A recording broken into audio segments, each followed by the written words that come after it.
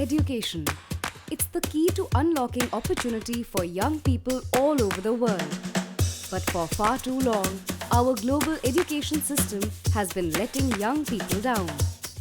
Now, young people all over the world are demanding change.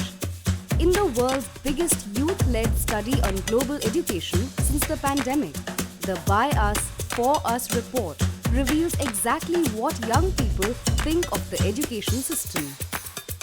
12 young researchers examined data from thousands of young people across the world.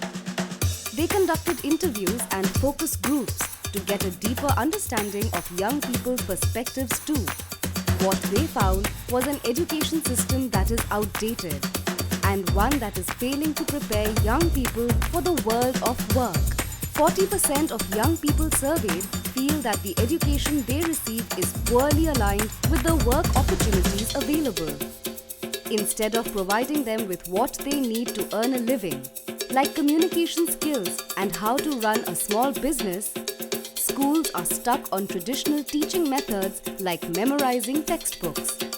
Young people have a diverse range of career aspirations, and not all of them are about financial security.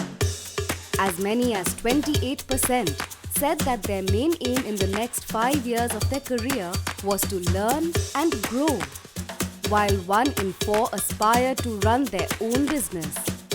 But only the most privileged are able to access careers that match their aspirations. When it comes to shaping education policy, young people feel at best ignored and patronized, and at worst, silenced and shut down.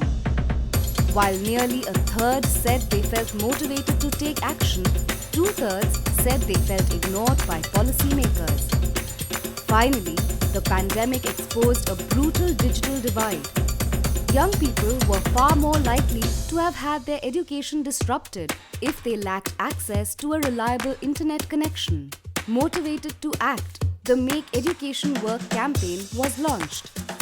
The campaign has reached millions of young people all over the world, ready to share their ideas to make education work.